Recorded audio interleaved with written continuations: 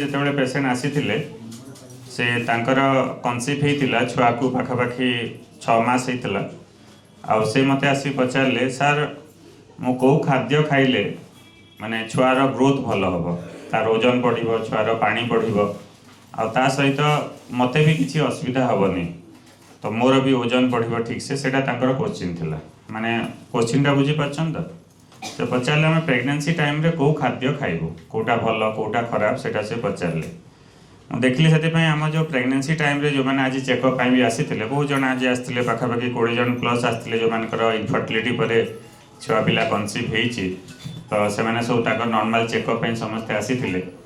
ତ ସେତେବେଳେ ମୁଁ ତାଙ୍କୁ କେତେଟା ଜିନିଷ ମୁଁ ତାଙ୍କୁ ଡ୍ୟୁରିଂ ଚେକଅପ୍ ଟାଇମ୍ରେ ବି ବୁଝେଇଥିଲି, କିନ୍ତୁ ମୁଁ ଭାବିଲି ଏକା ସାଙ୍ଗେ ସମସ୍ତଙ୍କୁ କହିଦେଲେ ସମସ୍ତେ ଏଥିରେ ଉପକୃତ ହେବେ ଆଉ ସମସ୍ତେ ସେ ଜିନିଷଟା ଆପଣ ଫଲୋ କରିବେ। କାହିଁକିନା ମୁଁ ଦେଖୁଛି ବହୁତ ଟାଇମ୍ରେ ସେମାନେ ମାଆ ମାନେ ନିଜର ଯେଉଁ ଖାଦ୍ୟରେ ନେଗ୍ଲେକ୍ଟ କରୁଛନ୍ତି, କେଉଁଟା ଖାଇବା କଥା କେଉଁଟା ଖାଇବା କଥା ନୁହଁ, ଆଉ ଯେଉଁଟା ଆପଣ ବ୍ୟାଲେନ୍ସ ଡାଏଟ୍ ହେଲ୍ଦି ଫୁଡ଼୍ ଖାଉନାହାନ୍ତି, ସେଥିରେ ଛୁଆର ଡେଭଲପମେଣ୍ଟ ଭଲ ହେଉନି, ଛୁଆର ଗ୍ରୋଥ୍ ହେଉନି। ତ ସେଇଟା ସମସ୍ତଙ୍କ ପାଇଁ ଜାଣିବା ବହୁତ ଆବଶ୍ୟକ ଅଛି। ତ ପ୍ରେଗନେନ୍ସିରେ କ'ଣ ଖାଇଲେ ଛୁଆର ବି ଗ୍ରୋଥ୍ ହେବ, ଆପଣଙ୍କର ବି ସବୁ ଦେହ ପାଇଁ ଠିକ୍ କାମ ଦେବ। ତ ଆପଣଙ୍କର ଯେଉଁ ଛୁଆ ଯେଉଁ 9 ମାସ, ଆପଣଙ୍କର 9 ମାସ ପ୍ରେଗନେନ୍ସି, 9 ମାସ ପ୍ରେଗନେନ୍ସିକୁ ଆମେ 3 ଭାଗରେ 3 ମାସ କରି ବିଭକ୍ତ କରିପାରିବା। ତ ପ୍ରଥମ 3 ମାସରେ ଆପଣଙ୍କର ଯେଉଁ କ୍ୟାଲୋରି ହିସାବରେ ଯଦି ଦେଖିବା, ତ ଏକ୍ସଟ୍ରା କ୍ୟାଲୋରିର କିଛି ରିକ୍ୱାରମେଣ୍ଟ ନଥାଏ, ଯେମିତି ଆପଣ ନର୍ମାଲ ଖାଦ୍ୟ ଖାଉଥିଲେ ସେମିତି ଆପଣ କଣ୍ଟିନ୍ୟୁ କରିବେ। କିନ୍ତୁ ସେକେଣ୍ଡ ଟ୍ରାଇମିଷ୍ଟର ହେଇଗଲେ ଆପଣଙ୍କୁ 300 କିଲୋ କ୍ୟାଲୋରିର ଏକ୍ସଟ୍ରା ଖାଦ୍ୟ ପ୍ରତିଦିନ ଖାଇବାକୁ ପଡ଼ିଥାଏ। ସେମିତି ଆପଣଙ୍କ ଛୁଆ ଯଦି ଥାର୍ଡ଼ ଟ୍ରାଇମିଷ୍ଟର ହେଇଗଲା, ତାମାନେ ଲାଷ୍ଟ 3 ମାସ ସେତେବେଳେ ପାଖାପାଖି 450 କିଲୋ କ୍ୟାଲୋରିର per day extra kilo calorie ଆପଣଙ୍କୁ ଦରକାର। ତ ସେଇ ହିସାବରେ ଆପଣଙ୍କୁ ଖାଦ୍ୟର ବଢ଼େଇବାକୁ ପଡ଼ିବ। ବୁଝିପାରିଲେ? ତ ମୋତେ ପଚାରନ୍ତି, ସାର୍ କେଉଁ ଖାଦ୍ୟ ଖାଇବା କଥା କେଉଁଟା ଖାଇବା କଥା ନୁହଁ। ମୁଁ ସେତେବେଳେ ସବୁବେଳେ କହେ ଯେଉଁମାନେ ପ୍ରେଗନେଣ୍ଟ ଅଛନ୍ତି ତାଙ୍କ ପାଇଁ ପ୍ରୋଟିନ୍ ରିଚ୍ ଫୁଡ଼୍ ଖାଇବା ବହୁତ ଆବଶ୍ୟକ। ପ୍ରୋଟିନ୍ କେଉଁଥିରେ ଅଛି? ପ୍ରୋଟିନ୍ ସବୁଠୁ ଅଧିକା ଅଛି ଆପଣଙ୍କର ନନ୍ ଭେଜିଟେରିଆନ୍ ଡାଏଟ୍ରେ। ବହୁତ ଜଣ ମୋତେ ପଚାରନ୍ତି, ସାର୍ ମୋର ପ୍ରେଗନେନ୍ସି ଅଛି, ମୁଁ ନନ୍ଭେଜ୍ ଖାଇପାରିବି କି ନାହିଁ, ଅଣ୍ଡା ଖାଇପାରିବି କି ନାହିଁ? ଆନ୍ସର୍ ହେଉଛି ୟେସ୍, ଆପଣ ନନ୍ଭେଜ୍ ଖାଇପାରିବେ, ଅଣ୍ଡା ଖାଇପାରିବେ, ମାଛ ଖାଇପାରିବେ, ସବୁ ଖାଇପାରିବେ, କିଛି ମନା ନାହିଁ। ତ ସେଥିପାଇଁ ଆମର ସବୁ ଯଦି ଆନିମାଲ୍ ପ୍ରୋଟିନ୍ ଯେମିତି ହେଉଛି ଆପଣଙ୍କର ଅଣ୍ଡା ହେଲା, ମାଛ ହେଲା, ଏଥିରେ ଆପଣଙ୍କର ପ୍ରୋଟିନ୍ ରିଚ୍ ଫୁଡ଼୍, ସେଇଟା ଆପଣ ସବୁ ଖାଇବା କଥା। ତା ସହିତ ଯେଉଁମାନେ ମନେକର ନନ୍ଭେଜ୍ ଖାଇପାରୁନାହାନ୍ତି କି ତାଙ୍କ କିଛି ବିଶ୍ୱାସ ଅଛି, ସେମାନେ ଆମେ ନନ୍ଭେଜ୍ ଖାଉନୁ ବୋଲି କହନ୍ତି, ତ ସେମାନଙ୍କ ପାଇଁ କ'ଣ ଖାଇବେ? ସେମାନଙ୍କ ପାଇଁ ଭେଜ୍ ପ୍ରୋଟିନ୍ ଅଛି। ଭେଜିଟେରିଆନ୍ ପ୍ରୋଟିନ୍ କ'ଣ?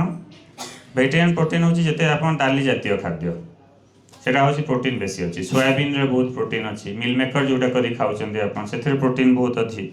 ଆପଣ ଯେତେ ଚଣା ଜାତୀୟ ଖାଦ୍ୟ ନଟ୍ସ, ତ ସେଥିରେ ଆପଣଙ୍କ ପ୍ରୋଟିନ୍ ବହୁତ ଅଛି। କ୍ଷୀର ଜାତୀୟ ଖାଦ୍ୟ, କ୍ଷୀରରେ ବହୁତ ପ୍ରୋଟିନ୍ ଅଛି। ମିଲ୍କ ହେଲା, ଆପଣଙ୍କର ଦହି ହେଲା, ପନିର ହେଲା, ଏଇଟା ମାନେ ପ୍ରୋଟିନ୍ ବହୁତ ଅଛି। ତ ଯେଉଁମାନେ ନନ୍ଭେଜ୍ ଖାଇପାରୁନାହାନ୍ତି ସେମାନଙ୍କୁ ଏଇସବୁ ଖାଦ୍ୟ ମାନେ ଖାଇବାକୁ ପଡ଼ିବ। ଆଉ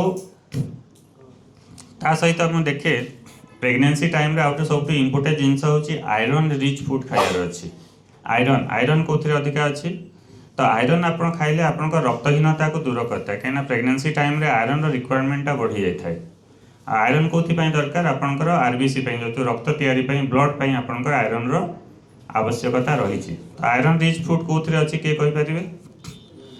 ଆଇରନ୍ ରିଚ୍ ଫୁଡ଼୍ ଅଛି ଆପଣ ଯେତେ ଶାଗ ଜାତୀୟ ଖାଦ୍ୟ, ଯେତେ ସବୁଜ ଜିନିଷ ଅଛି ସେଥିରେ ଆପଣଙ୍କ ଆଇରନ୍ ରିଚ୍ ଫୁଡ଼୍ ଅଛି। ଯେତେ ଗ୍ରୀନ୍ লিভি ଭେଜିଟେବୁଲ୍ସ ଅଛି ଆପଣଙ୍କର, ଯେତେ ଆପଣଙ୍କର ଡେଟ୍ସ ଅଛି, ଖଜୁର, ସେଥିରେ ଆପଣ ପ୍ରୋଟିନ୍ ରିଚ୍ ଫୁଡ଼୍ସ ଅଛି। ଜାଗେରୀରେ ଅଛି, ଆପଣ ରାଗିରେ, ବାଜରାରେ, ଏସବୁ ଜିନିଷ ମାନେ ଆପଣଙ୍କର ଆଇରନ୍ ରିଚ୍ ଫୁଡ଼୍ ଅଛି। କିନ୍ତୁ ଆପଣ ଶାଗ ଜାତୀୟ ଯେତେ ଅଛି ଖାଦ୍ୟ, ସେଇଟା ଆପଣ ବେଶିକି ଦେଖିବେ, ସେଥିରେ ଆପଣଙ୍କର ବେଶୀ ଖାଇବାର ଅଛି। ଆଉ ଗୋଟେ ଆପଣଙ୍କର ସବୁଠୁ ଅଧିକା ମୁଁ ଆଇରନ୍ ଦେଖେ ଗୋଟେ ପତ୍ରରେ ଅଛି, ସେ ପତ୍ର ନାଁ କହିପାରିବେ? ଗୋଟେ ପତ୍ର ଅଛି, ସମସ୍ତଙ୍କ ଘରେ ଅଛି। ଆପଣ ଗାଁରେ କ'ଣ ସବୁ ଗାଁରେ ସମସ୍ତଙ୍କ ଘରେ ତାଙ୍କର ଆପଣଙ୍କର ସେଇ ଗଛଟା ଅଛି, ତାର ପତ୍ରଟା ଆପଣ ସେଥିରେ ମ୍ୟାକ୍ସିମମ୍ ଆଇରନ୍ ଅଛି, କିଏ କହିପାରିବେ? ମିସିଙ୍ଗା ପତ୍ର।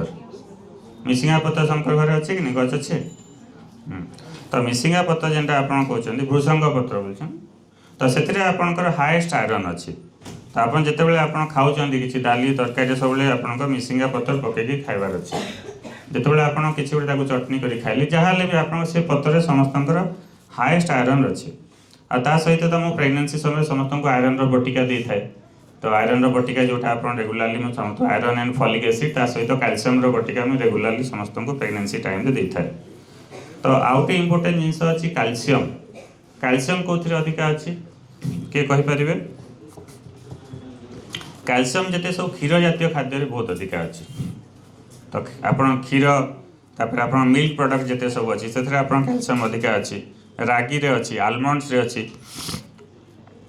एथिपाई आपणकर कैल्शियम रिच फूड भी आपणकर बहुत आवश्यक। सहित मुझे प्रेगनेंसी टाइम रे जो मैंने प्रेग्नेंट अच्छा ताको मुझे समस्त कैल्शियम बटिका भी देता है। कैल्शियम सप्लीमेंट समस्त दरकार। ता सहित मुझे समस्त गोटे रेकमेंड करता प्रेगनेंसी टाइम समस्त इंपोर्टेंट हूँ फॉलिक एसिड। फॉलिक एसिड ना समस्ते शुणी थे। तो फॉलिक एसिडटा आपणकर कौन अच्छी? फॉलिक एसिड सेमती अच्छी आप जिते सबुज शाग पनीपरिवार अच्छी। आप साइट्रस फूड माने लेंबू, कमला एथिरे सब आपणकर फॉलिक एसिड बहुत अधिका अच्छी। तो ये जिनस मैंने आपणकर फॉलिक एसिडटा बहुत इंपोर्टेंट। जो मैंने छुआ पिला प्लान करूछंती मानेकर आपण एबे मैरिज हेले, मैरिज हला परे आपण छुआ पिला प्लान कले, किंतु मु सबले रेकमेंड करे जेतेबेले आपण छुआ पिला प्लान करूछंती मिनिमम 3 मास रो फॉलिक एसिड खाइबे तापरे छुआ पिला प्लान करिवे। माने गोटे प्रेगनेंसी केतेबेले एक्सीडेंटल प्रेगनेंसी हेबा कथा न ना रही गला हमें सेति चेकअप आसीचु, दैट शुड नॉट बी। सबू प्रेगनेंसी गोटे प्लान प्रेगनेंसी हेबा कथा। प्रथमे प्लानिंग करिवे प्रेगनेंसी आम एबे स्टेबल अच्छे, आपन बॉडी फिट अच्छी, आपन सब प्रकार प्रेगनेंसी आगु केतरा चेकअप भी करा जाए जोटा को प्री कन्सेप्शनल काउंसलिंग बोली कहा जाए। तो प्रेगनेंसी आगु 2 जन को ब्लड चेक करी, हिमोग्लोबिन जांच करी, वायरल मार्कर HIV टेस्ट, ता सहित थायराइड टेस्ट हम, सुगर देखा हम, सिकलिंग रोग अच्छी कि, थैलासेमिया अच्छी कि। तो 2 जन हजबैंड वाइफ प्रथमे प्रेगनेंसी से माने फिट अच्छन कि नहीं से लगी प्रथमे देखा जीव, बुझिपारे। तापर जाकर आप प्रेगनेंसी प्लान करेंगे। एमती ना कि आप प्रेगनेंसी रहीगला सेमती हेबा कथा नुह। तो समस्ते प्रथमे आसवे सार आम ए स्टेबल अच्छु, एवं छुआ पिला आम फैमिली प्लानिंग करने को चाहूँ बोलिकी आसी देखा करेंगे। तापर मुझे समस्त इभालुएसन करी सब ताने तुम सब ठीक अच्छे कि नहीं, प्री कन्सेप्शनल काउंसलिंग करी तापर छुआ पिला आगू आपण जीवे। कहीं फॉलिक एसिड 3 मास न खाई कि जो मान फॉलिक एसिड डेफिशिएंसी अच्छी और जब छुआ रहीगला से छुआर ब्रेन रे डिफेक्ट हुए, ब्रेन डेवलपमेंट हुए न्यूरल ट्यूब डिफेक्ट बोली कह जाए। मैंने गोटे डिफेक्टिव छुआ हेल्ले भल लगे कि। तो से आप समस्त गोटे सुस्थ छुआ और सुस्थ माँ ये 2टा हूँ इंपोर्टेंट। तो से सब आप जिते छुआ पिला प्लान कर प्रथमे आसिक देखा करेंगे ना सर आम प्लान कर 3 मास फॉलिक एसिड देवी सब चेकअप करी तापर आपड़ केमती कौन प्लान करेंगे मुझे बुझेबी तापर आप छुआ पिला प्लान करेंगे। ता सहित आपन गोटे DHA बोली गोटे अच्छी ओमेगा 3 फैटी एसिड ना शुणुवे समस्ते। एटा छुआर ब्रेन डेवलपमेंट साहाय्य करता है। तो सेटा कौटी अच्छे आपन छुआर सेटा आपनकर माछ जिते जातीय खाद्य नहीं माछरे आपन बहुत अच्छे DHA छोट माछ पर्टिकुलाली झुरी खास है छोट झुरी। तो से आपनकर कौन अच्छी ओमेगा 3 फैटी एसिड अच्छी, वालनट्स रे अच्छी से आपनकर अच्छी। तो यहाँ मैंने बहुत इंपोर्टेंट। ता सहित आप इंपोर्टेंट जिनस हूँ गोटे छुआर थायराइड है कि ब्रेन डेवलपमेंट गोटे आयोडीन दरकार से आप आयोडाइज सल्ट आपको खायार अच्छी से सब आयोडीन ठीक अच्छे कि देखिए।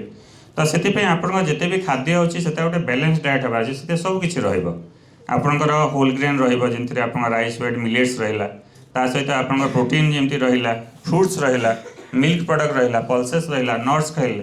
तो ये सब तमाने आप मिसे खाइबे जो आप जो जिनस मैंने मुझे कहूँ से नुह कि आप घर पाखे ना सब किसी आप गाँव में एवेलेबल घरे एवेलेबल आप एमती किसी खाद्य कहूनी कि खाली इंग्लैंड अच्छी ये मिलूनी। तो ये सब मिल बट किंतु आप से जिनस को बैलेंस हिसाब से खायार अच्छे से हूँ बेसी इंपोर्टेंट। तो कौटा खाइबेनी प्रेगनेंसी टाइम रे कौटा खाइबेनी। तो सब आपणकर जिते बाहर जिनस जोटा आपणकर जोटा अनहेल्दी फूड्स जोटा आपणकर सेटा मैंने प्रायतः एवॉइड करेंगे। जोटा आपणकर केतेटा स्ट्रीट फूड जेनता अनहाइजेनिक फूड सेटा मैंने प्रायतः एवॉइड करेंगे। हाई सुगर जो चीनी अधिका अच्छे से जिनस खाइबेनी।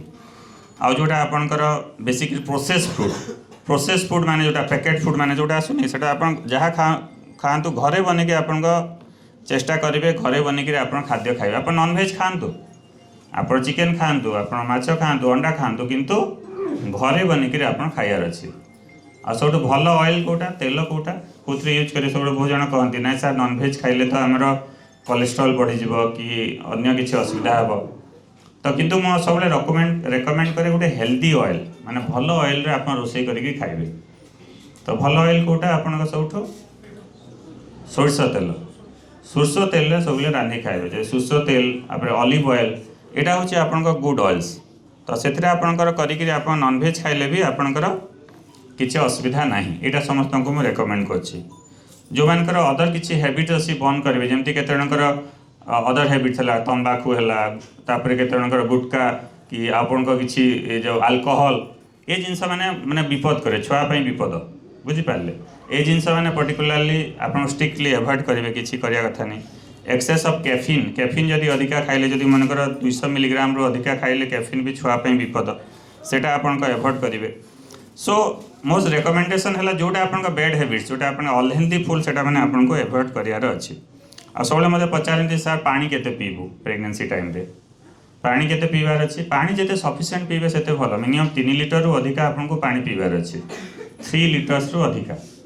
तो जिते अधिका पानी पीले सेते आपको भल कहीं जो मैंने कम पानी पीती बारंबार परिस्रा इन्फेक्शन होबार चान्स थाए तो से सफिशिएंट पानी पीबे ता सहित आप छुआर ग्रोथ माने छुआर पानी बढ़ापी तापाई भी यहाँ बहुत दरकार मैंने प्रॉपर हाइड्रेशन आपणकर मेंटेन करार अच्छी सो आपण समस्त को रेकमेंड करुच्ची जो मैंने भी आपणकर प्रेगनेंसी पर्टिकुलरली जो मैंने कनसीव कलापर डाएट को केवे एवॉइड करेंगे ना तो आप भावे कि मत बहुत जन कहते मत खाया इच्छा लगुनि किंतु आप समस्ते भावे मु निजपाई खाऊनी मो छुआपाई खाऊँ तुम छुआ को जब भल पाउछ तो छुआ प्रति तुम एत एफेक्शन अच्छी तुम छुआ गोटे सुस्थ छुआ गोटे हुस्तपुष्ट छुआ गोटे बढ़िया छुआटे हो तो छुआपाई खाइब मो छुआ को भल पाऊँ मोर माँ ममता अच्छी मो छुआपाई मुझे भल खाद्य खाइबी से मेंटालिटी नहीं आपंकर हेल्दी फूड आप खाया अच्छी जहाँद्वारा कि गोटे आपंकर सुस्थ छुआ हो पार बुझिपारे मुझे सब रेकमेंड करे